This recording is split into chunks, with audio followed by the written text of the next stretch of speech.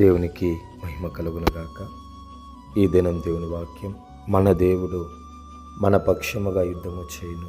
గమనించినట్లయితే గనక ఇక్కడ ఇశ్రాయేలు ప్రజలు దేవుని యొక్క మందిరము, ఆ యొక్క పడద్రోయబడినటువంటి దేవుని యొక్క మందిరమును అగ్ని చేత కాల్చబడి ఇదైపోయినటువంటి దేవుని యొక్క మందిరమును తిరిగి బాగు చేసే విషయంలో ఇశ్రాయేలు ప్రజలందరూ ప్రయాసపడుతున్నప్పుడు ఆ ఇశ్రాయేలు చేసే పనికి వ్యతిరేకముగా అనేక మంది లేయడం జరిగింది.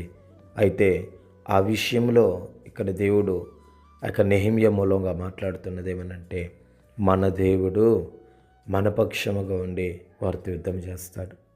గమనించండి ప్రియమైన దేవుని చిన్నగమా, నీకు వ్యతిరేకంగా అనేక మంది లేస్తూ ఉండొచ్చు. నీకు వ్యతిరేకంగా ఎన్నో ఆయుధాలు రూపింపబడుతూ ఉండొచ్చు. అయినా కూడా నీకు వ్యతిరేకంగా లేస్తున్న ఆయుధాలను బట్టో, లేకంటే నీకు వ్యతిరేకంగా లేస్తున్నటువంటి మనుషులను బట్టో నువ్వు ఎప్పటికీ కూడా భయపడకూడదు. ఎందుకనంటే మన దేవుడైన యెహోవా మన పక్షముగా ఉండి యుద్ధం చేస్తాడు. ఆ దినాలలో ఇశ్రాయేలు ప్రజలు ఆ దేవుని యొక్క మందిరమును కట్టి ముగించేంత వరకు కూడా ఎవరు కూడా ఆ ఇశ్రాయేల్ మీద ఇది చేయడానికి వీలు లేకుండా దేవుడు వారికి తగిన భద్రతను, తగిన కాపుదలను దేవుడు వారికి అనుగ్రహించడం జరిగింది.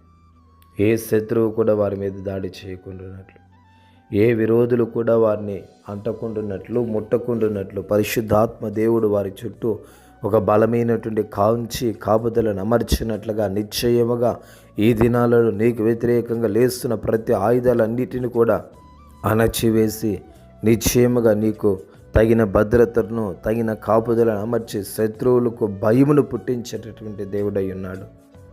గమనించండి, నిశ్చయముగా నువ్వు దేనిని గురించి భయపడద్దు, దేనిని గురించి చింతించకు. నిశ్చయముగా నీ దేవుడైన యెహోవా నీ పక్షముగా ఉండి శత్రువులతో యుద్ధము చేస్తానని చెప్పిన దేవుడు నీ పక్షముగా ఉండి శత్రువులతో యుద్ధం చేస్తాడు.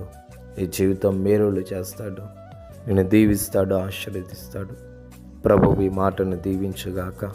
పరిశుద్ధుడా, స్తోత్రాలనైనా ఈ మాటను బట్టి మీకు స్తుతులు స్తోత్రాలు చెల్లిస్తూ యేసు నామములో తండ్రి, ఆమేన్, ఆమేన్.